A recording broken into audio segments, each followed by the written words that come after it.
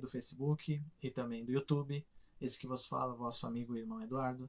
Uma alegria estar com você para juntos nós meditarmos na Palavra de Deus. Nessa oportunidade, estamos dando continuidade, então, à nossa série do Peregrino, que é uma alegoria que fala sobre a vida de cristão que está numa jornada.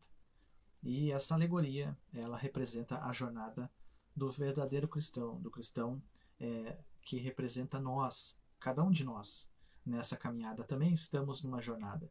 Saímos, como no livro do Peregrino conta, da cidade da destruição e estamos rumo à cidade celestial. Então eu convido você para estar comigo aqui, meditando nessa série e também compartilhando e também se inscrevendo no canal no YouTube, Refletindo a Mente Cristo, também comentando e também interagindo aqui no Face juntamente comigo, ok? Desde já eu agradeço o seu apoio. Muito obrigado.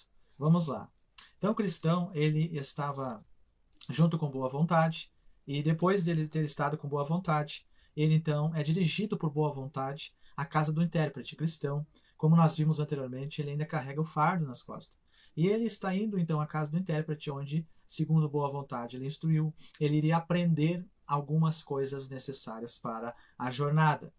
Então o cristão, ele chega na casa do intérprete, pede para falar com o intérprete, e quando ele vai falar com o intérprete, quando o intérprete chega até ele, então ele diz o seguinte: cristão, Senhor, venho da cidade da destruição, e o meu destino é Monte Sião.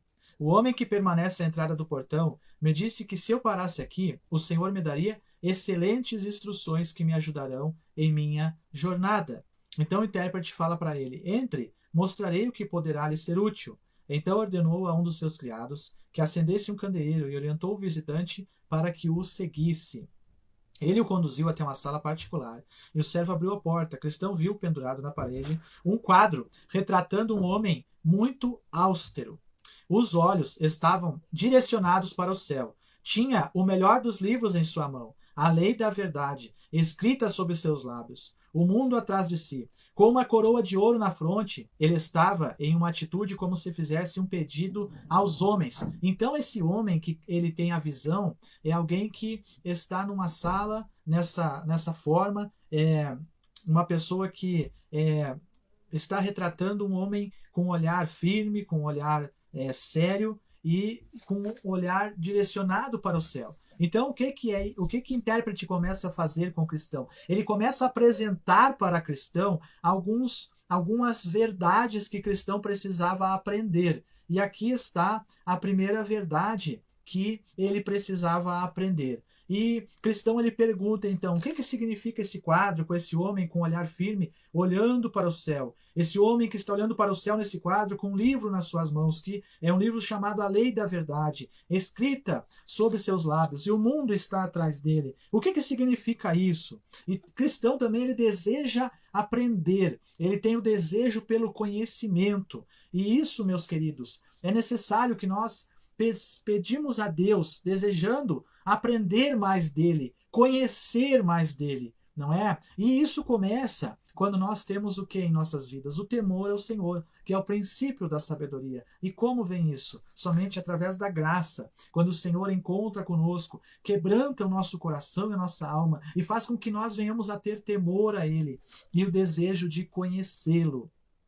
E cristão pergunta, o que significa isso? E o intérprete responde, o homem no quadro é um entre mil. Ele gera filhos, permite as dores de parto e nutre os filhos quando nascem. Os olhos em direção ao céu, o melhor dos livros nas mãos e a lei da verdade sob os lábios representam o seu trabalho, que é conhecer e revelar as coisas encobertas para os pecadores. Ele está em pé porque tenta convencê-los. Atrás dele está o mundo e a coroa de ouro em sua cabeça representa o seu desprezo pelas coisas do mundo e o seu amor ao serviço do mestre. Ele está seguro de que esse amor terá glória como recompensa no mundo por vir. Então esse quadro é o quadro do pastor ideal, é o quadro daquele tipo de homem de Deus que ele se dedica a ensinar a palavra, se dedica a levar o conhecimento da palavra àqueles que o rodeiam. Verdadeiro ensinador, o verdadeiro pastor, ele é aquela pessoa que dedicadamente vive a preparar sermões, ensinar a palavra, fazer discípulos. Certo homem de Deus chamado Hernandes Dias Lopes, quem sabe você já ouviu falar dele, certa vez foi entrevistado de quantos minutos, quantas horas, quem sabe, ele levava para preparar um sermão. E ele disse, olha, eu levo mais ou menos para preparar um sermão 8 horas. Então, um homem de Deus verdadeiro, alguém que leva a palavra de Deus a sério e também transmite ela com o verdadeiro temor, a verdadeira reverência da qual ela é digna de ser reverenciada. Mostrei esse quadro em primeiro lugar porque o homem representado nele, diz intérprete, é o único a quem o Senhor do lugar onde você está indo autorizou a ser seu guia em todas as passagens difíceis que haverá pelo caminho. Portanto, preste atenção e não esqueça o que você viu, pois em sua jornada, muitos dos que encontrar fingirão levar você ao caminho certo, mas são caminhos de morte. Então, veja que era necessário que o cristão vigiasse, porque dentre aqueles que ele encontraria na jornada, haveria muitos falsos profetas. Existe o verdadeiro ensinador, e como eu descubro quem é o verdadeiro ensinador, o verdadeiro pastor, o verdadeiro discipulador? Você compara a doutrina dele com a palavra de Deus. E também você compara com a vida dele, com as obras dele, com as atitudes dele. Em seguida, o homem segurou o cristão, o intérprete segura o cristão pela mão e o conduz para uma grande sala que estava empoeirada, um grande salão empoeirado, pois nunca havia sido varrido. Depois de um tempo, enquanto o intérprete chamou um homem para varrer, esse começou a varrer, a fazer a limpeza. Subiu tanta poeira que Cristão quase não podia respirar. O intérprete chamou uma jovem que estava por perto e pediu-lhe: traga água e borrife pelo salão. Finalmente, depois dela ter feito isso, a sala estava varrida e limpa. Cristão pergunta então: o que significa isso? Intérprete responde: esse salão representa o coração de um homem que nunca foi santificado pela suave graça do Evangelho. A poeira é o pecado original e a corrupção que contaminou o homem. Aquele que começou a varrer no início representa a lei, mas a moça que trouxe água e aborrifou simboliza o Evangelho. Quando o salão começou a ser varrido, a poeira subiu tão alto que era impossível limpá-la, e você quase sucumbiu nela. Isso é para mostrar-lhe que a lei, em vez de limpar o coração por meio das obras, revive, fortalece e aumenta o pecado. A lei denuncia e proíbe o pecado, mas não tem o poder de subjugá-lo. Você notou que a jovem que borrifou a água no salão fez isso com prazer? Isso mostra que quando a influência doce e preciosa do Evangelho chega ao coração, o pecado é vencido e subjugado, e a alma é purificada, tornando-se apta para que o Rei da Glória faça a sua morada. O que significa isso que ele diz? Significa que quando a pessoa ela busca agradar a Deus obedecendo regras e mandamentos, como eu já falei em outros vídeos, ela seguirá os caminhos da lei. E os caminhos da lei, aquilo que está escrito na lei, ou seja, nos 10 mandamentos, ou em outros mandamentos que a Bíblia mostra, não pode justificar o homem perante Deus. Por quê? Porque nós temos que entender que a humanidade está sob a ira divina.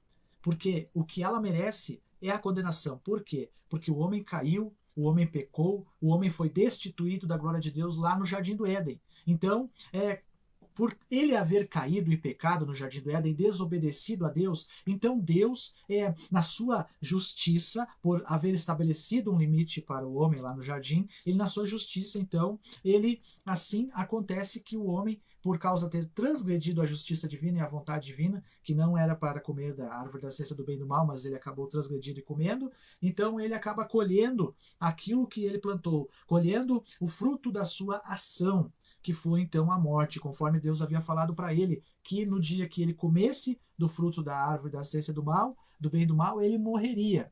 E dessa forma, quando isso aconteceu, o homem foi destituído da glória de Deus. Por quê? Porque um Deus justo, quando se peca diante de um Deus justo, esse Deus justo, ele, na sua justiça, ele requer então que seja cumprido a devida pena que foi imputada no homem por causa da sua transgressão contra ele. Porque o homem não pecou contra outro homem, mas ele pecou contra um Deus santo. Deus é amor, sim, mas Deus, ele também é santo e ele também é justo. E na sua perfeita justiça, então, ele executa o ato de condenação no homem por ele haver desobedecido. E quando isso aconteceu, o homem, então, destituído da glória de Deus agora, ele não tem mais formas e maneiras de se auto-justificar, mas ele está sob a ira divina, caído, perdido, totalmente sem condições de se auto-justificar. Mas, então, como que um homem que segue os mandamentos da lei poderia, então, se auto-justificar diante de Deus? Se ele está diante de um Deus que é santo, de um Deus que é perfeito,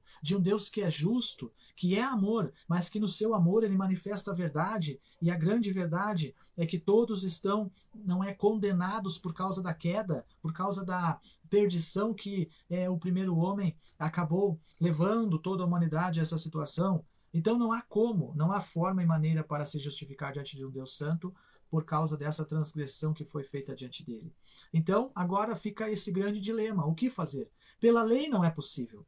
Não é possível pela lei alguém se justificar. Por quê? Porque a lei só aponta os nossos erros, só aponta os nossos defeitos, os nossos pecados. E aí nós ficamos num grande dilema. O que fazer então?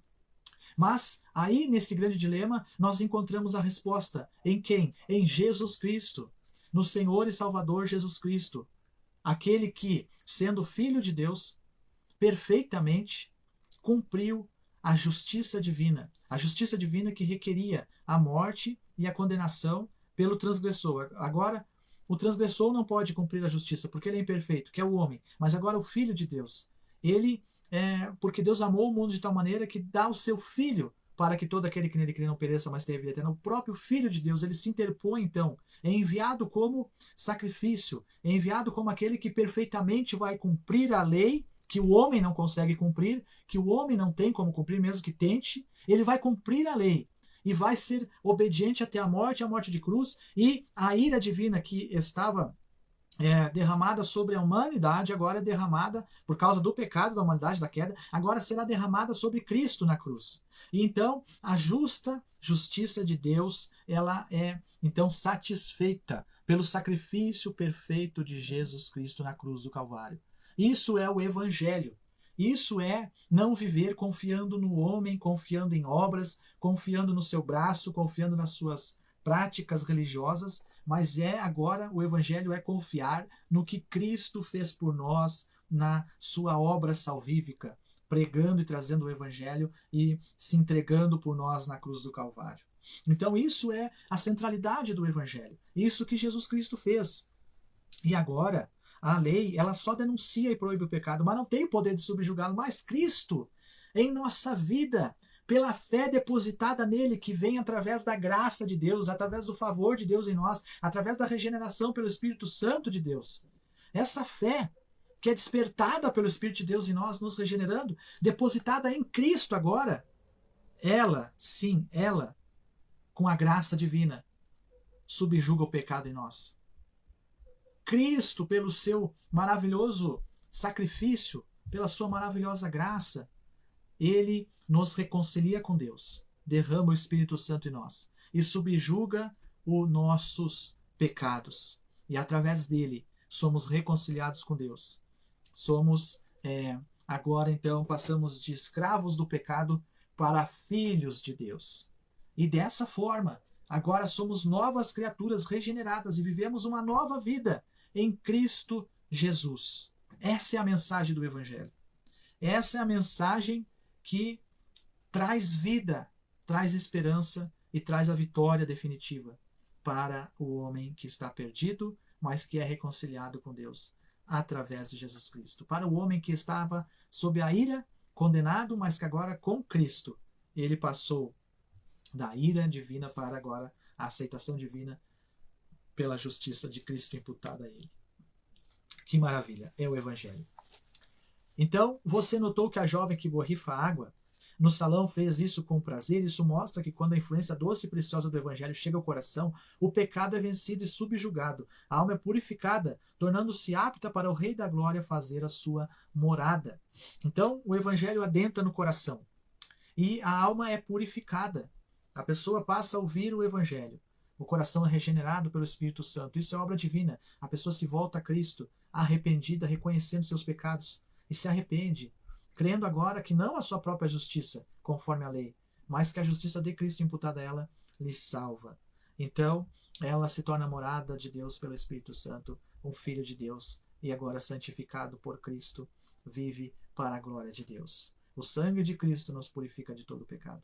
Permaneceremos nesse corpo carnal enquanto estivermos aqui na Terra, enfrentando a velha natureza que ainda nesse corpo ainda luta contra a nova natureza que é espiritual, mas a nova natureza em Cristo, se verdadeiramente fomos regenerados, ela permanecendo em Cristo, dirigido pelo Espírito Santo, como filhos de Deus, ela perseverará até o fim. E esse corpo, conforme o passar do tempo, será subjugado paulatinamente para a glória de Deus. Além disso, vi em meu sonho que o intérprete tomou o cristão pela mão e o conduziu a uma pequena sala, onde havia 2 crianças pequenas, cada uma em sua cadeira. A criança maior chamava-se Paixão, e o nome da outra era Paciência. A Paixão parecia muito descontente, entretanto Paciência estava quieta. Em seguida, Cristão perguntou: por que Paixão está insatisfeita? O intérprete respondeu: o Senhor lhe disse que deveria esperar os melhores presentes até o início do próximo ano, mas Paixão os quer agora. Paciência, no entanto, está disposta a esperar. Então vi alguém se aproximando de Paixão, e lhe trouxe um saco cheio de tesouros e derramou aos seus pés. Paixão se apossou dos tesouros alegremente e zombou de Paciência. Mas eu observei, e não demorou muito até que Paixão gastou todo o tesouro extravagantemente, e nada restou além de trapos. Cristão então responde: explique-me melhor.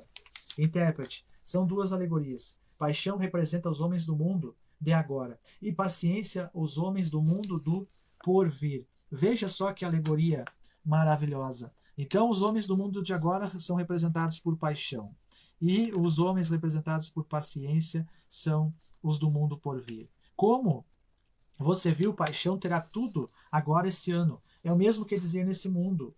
Assim são os homens desse mundo. Desejam vantagens mundanas na hora. Eles não conseguem esperar o ano seguinte, quer dizer, o próximo mundo, pelos seus benefícios. O conhecido provérbio: melhor um pássaro nas mãos do que 2 voando, tem mais autoridade que todos os testemunhos divinos sobre o reino vindouro.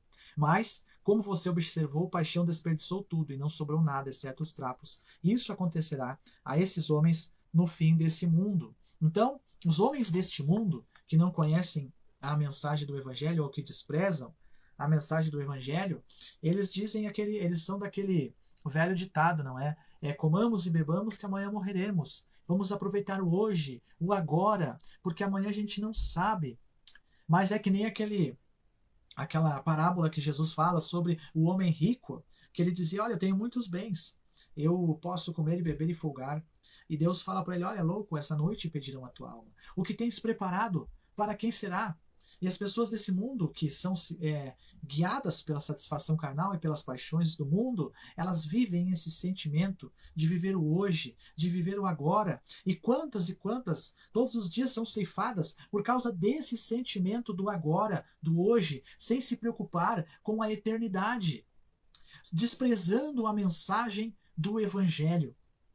Mas veja que esse mundo é passageiro. A nossa vida é como uma folha. A nossa vida é como uma semente. É como uma planta uma planta que hoje nasce, amanhã cresce, floresce e morre. A nossa vida é passageira, como diz o salmista. Uns vivem 60, 70, 80. O máximo deles é canseiro, enfado, e depois se vão. E a eternidade? A eternidade é para sempre. O que dará o homem em troca da sua alma? Pergunta Jesus. Nem o mundo inteiro vale o valor da sua alma. E as pessoas, elas não estão atentando para isso, mas elas pensam no hoje, elas pensam no agora, e elas não pensam no mundo por vir. Mas veja, você como ser humano, como homem, como mulher, você tem um espírito, uma alma, e eles são eternos. O seu corpo, ele partirá um dia. Mas para onde irá o seu espírito? Pense nisso. Será que vale a pena você amar todo esse mundo e não olhar para Cristo e seguir esse caminho desse mundo? E veja que as alegrias desse mundo, elas são momentâneas. A alegria de uma festa, a alegria de uma amizade, de conhecidos, as alegrias dos vícios, e enfim, são passageiras, são coisas momentâneas. Mas a alegria de Cristo na vida do salvo, a alegria do Senhor, a salvação da alma, a vida de filho de Deus, ela é eterna, é para a eternidade. Cristão, agora percebo que paciência é mais sábia em muitas maneiras. Primeiro, espera pelas melhores coisas. Segundo, alcançará a glória, enquanto a outra não terá nada além de trapos. Quem é paciência? São os salvos. Paciência são aqueles que não estão olhando para as coisas aqui ou agora, mas estão olhando para o mundo no porvir. Estão vivendo como peregrinos na terra. Aquele que vive como peregrino na terra, ele não se apega às coisas aqui dessa terra. Ele não se apega aos prazeres aqui dessa terra. Jesus mesmo ele fala aos seus discípulos: buscar em primeiro lugar o reino dos céus. Por que vocês estão inquietos, pensando o que comeremos, o que beberemos? Os gentios, as pessoas que não conhecem a Cristo, elas se preocupam com isso. E Jesus ele mostra: olha, busque o que é mais excelente. E o cristão ele vive esse caminho da excelência. Ele vive peregrinando nessa terra com um olhar no porvir. Por quê? Porque a nossa cidade, a cidade do cristão, do salvo, está nos céus, onde Cristo virá nos buscar. Seja no geral, quando ele voltar na sua segunda vinda, ou seja, particularmente, quando Cristo vem para um cristão em especial, no dia da sua partida. E isso é a eternidade. Ela é para sempre. Os sofrimentos aqui do agora não há como se comparar com a glória que está por vir. Então, paciência. Paciência é uma virtude e paciência é a vida do cristão.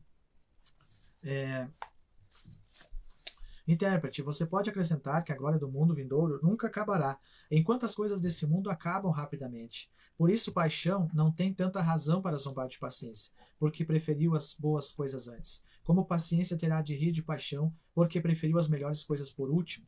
O primeiro dará sua vez ao último, que não terá ninguém para substituí-lo. Ele, entretanto, que recebeu sua porção primeiro, logo deve ter tempo de usufruí-la, mas o que recebe sua parcela por último poderá conservá-la de maneira duradoura. Como foi dito ao homem avarento: filho, lembra-te que recebeste os teus bens de vida, e Lázaro os males. Agora, porém, aqui ele está consolado, e tu em tormentos. Então é citada aqui a parábola do rico e Lázaro.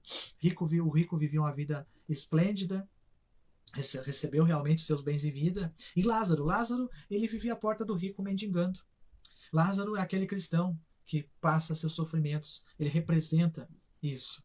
Mas no final, quando chega o momento do rico partir, ele vai direto para o lugar de sofrimento. Por quê? Porque ele não conhecia Cristo, ele não tinha salvação. E Lázaro vai para onde? Lázaro vai para o local de descanso. Então veja, e nesse momento, o rico ele tenta mudar a situação, ele tenta conversar ali, e ali é mostrado que eles estão no seio de Abraão, porque antes de Jesus haver morrido na cruz ainda não havia sido inaugurado o paraíso, não é porque Jesus ainda não havia morrido e ressuscitado, porém havia o seio de Abraão, que era o local para onde os salvos iam antes de Cristo na cruz morrer. Então, nesse local onde é o seio de Abraão, o descanso dos santos, e há um mundo paralelo a esse local do descanso dos santos, que era o Hades, onde ficavam as almas atormentadas que não haviam sido salvas. E no Hades, o rico ele olha para cima e vê Lázaro descansando no seio de Abraão. E ele pede para Abraão, pede para Lázaro molhar a sua mão em um pouco d'água e dar para mim, porque o lugar que eu estou está terrível, eu estou em tormentos.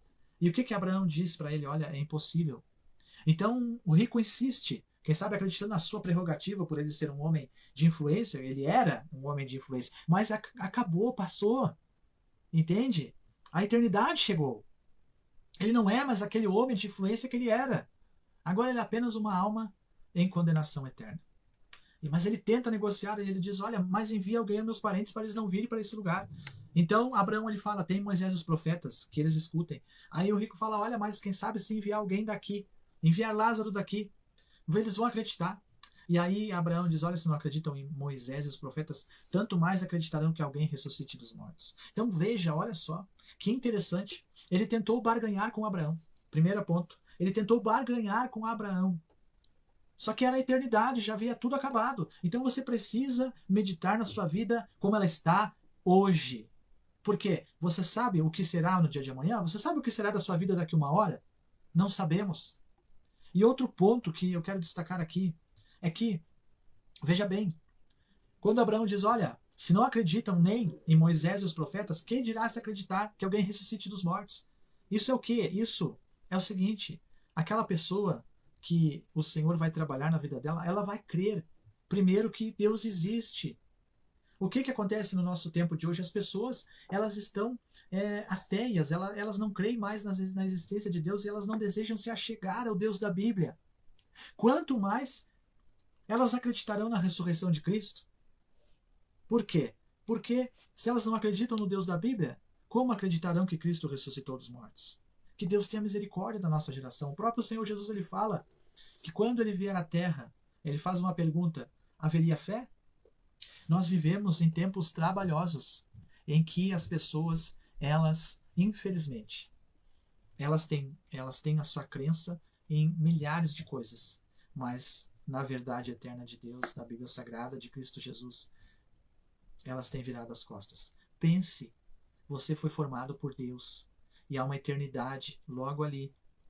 Qual será a sua decisão? Intérprete, você pode acrescentar que a glória do mundo vindouro nunca acabará.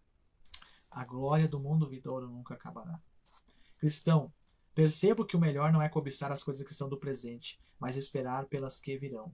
E aqui eu quero encerrar, porque acabei me delongando nessa parte. Mas para encerrar, eu quero ler com você sobre isso, sobre olhar para as coisas no porvir e vigiar com aquilo que é oferecido aqui e agora.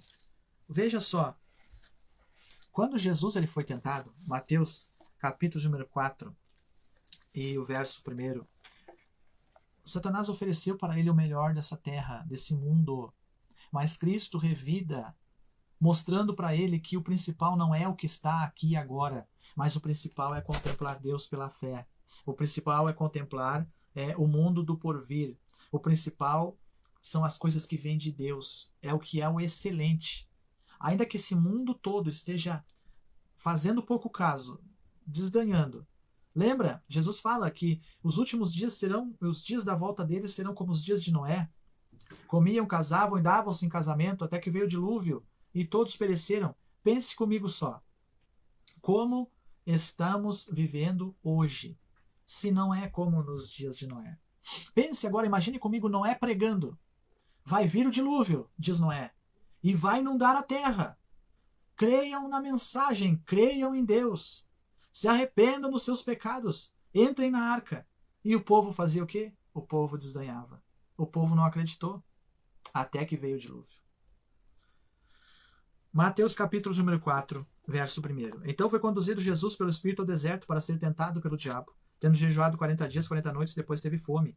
E achegando-se ele o tentador, disse: Se tu és o Filho de Deus, manda que essas pedras se tornem pães. Ele, porém, Jesus respondeu e disse: Está escrito, nem só de pão viverá o homem, mas de toda a palavra que sai da boca de Deus. Então, em primeiro lugar da tentação, a carne, os 5 sentidos, o corpo, suprir as vontades do corpo. Em detrimento a isso, o que Jesus fala? Não, eu não vou suprir as necessidades do meu corpo. Eu quero, em primeiro lugar, a palavra que sai da boca de Deus, o sustento que vem de Deus. Então veja, nós temos que entender que tudo o que o nosso corpo necessita, muitas das vezes poderá ser usado para que nós nos afastemos de Deus. É certo que nós temos que cuidar do nosso corpo, mas até o ponto em que ele não impeça que nós nos afastamos de Deus. Porque no momento que você se der às paixões do corpo, aos desejos do corpo, e são muitos, e se afastar de Deus, isso fará com que você se torne uma presa.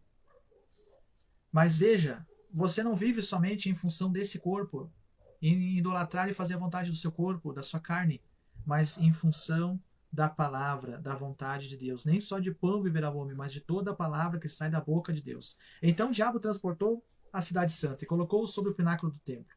E disse: Se tu és o Filho de Deus, lança-te daqui abaixo, porque está escrito: aos seus anjos dará ordem a teu respeito, e tomar-te-ão nas mãos para que nunca tropeces em alguma pedra. Disse-lhe Jesus: também está escrito: não tentarás o Senhor teu Deus. Esse aspecto aqui qual é? Duvidar. Duvidar de Deus. Não se submeter à vontade de Deus. Mas testar, tentar escolher outro caminho, tentar escolher outra forma, outra vereda. Novamente o transportou o diabo a um monte muito alto e mostrou-lhe todos os reinos do mundo e a glória deles. E disse-lhe: Tudo isso te darei se prostrado me adorares. Então disse-lhe Jesus: Vai-te, Satanás, porque está escrito: Ao Senhor teu Deus adorarás e só a ele servirás. Terceiro aspecto da tentação: se dobrar perante o inimigo para alcançar alguma coisa. Mas veja, são três aspectos aqui que nós temos que observar. Primeiro, o ataque físico. E no ataque físico ele não levou vantagem. Então ele vai no ataque da fé, no ataque sobre a dúvida. E ele também não leva vantagem. Então ele oferece tudo, tudo o que está à volta, tudo, para que ele se dobrasse perante ele. E também ele não leva vantagem. Por quê? Porque Cristo, ele mostra-nos aqui como nós devemos ser peregrinos e suportar com paciência a vida aqui na terra como cristãos. Primeiro, não vivendo só em função da carne, em função de agradar esse corpo e as suas paixões e concupiscências, andando nas obras da carne. E podemos abrir aqui, ó, em Gálatas, capítulo de número 5 e verso 16, não andar nas obras da carne. Digo, porém, andai em espírito e não cumprireis a concupiscência da carne. Porque a carne cobiça contra o espírito contra a carne, e esses opõem um ao outro, para que não façais o que quereis. Mas se sois guiados pelo Espírito, não estáis debaixo da lei. Porque as obras da carne são manifestas, quais são prostituição.